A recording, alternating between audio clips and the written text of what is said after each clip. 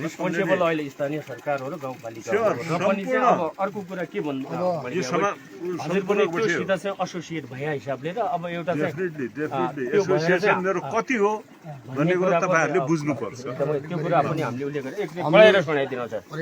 र पुगिहाल्यो।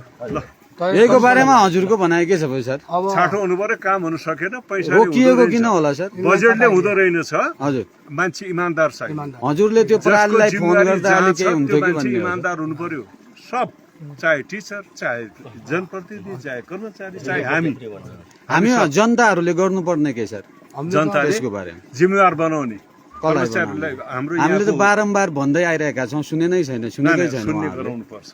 अब त्यसको लागि हामीले के कति गर्ने सर? प्रजातन्त्र आयात त्यसै हो, त्यसलाई सदुपयोग गर्नुपर्छ, दुरुपयोग होइन है।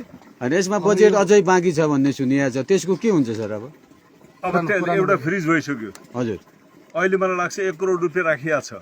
हजुर त्यो सम्पूरक हो। यो हजुर स्थानीय सरकार बजेट माथिको स्थानीय सरकारले गरेको ठेक्का। यो ठेक्का गर्यो, ठेकेदार खोज्नु सकेन। म त त्यो भन्न लाग्छु यिनीसित, मेरै गुनासो छ, मै भन्न लागेको छु। यो काम रोकिनुमा कसको लापरवाही हो कि सर? के हो त फेरि हो? गाउँपालिकाको लापरवाही गाउँपालिका टोटली। र त्यो प्रेसर तपाईहरुले दिनु पर्थ्यो जनताको नाताले है। हजुर तपाईहरुको भूमिका हुन्छ। हामीले धेरै धन्यवाद। धन्यवाद। ज्ञापन पत्र बुझाइयो सर, त्यसलाई ध्यान आकर्षण गरियो। Thank you sir. जति सक्दो चाँडो सर, जति सक्दो छिटो हजुरको प्रयास। हजुरको माया छ। यो पालिका त दया बाया गरम छ।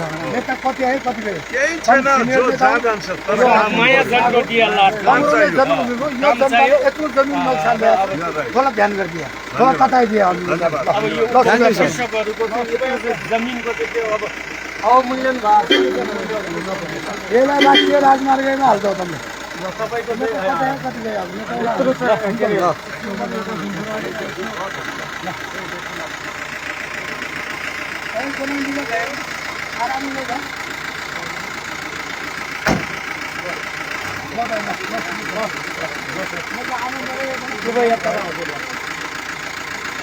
अब अस्ति आइबोलले भेटघाटको कार्यक्रमहरू अब कसरी नै बुझ्यो, हजुरले बुझिरह्यो, हामीले बुझिरह्यो।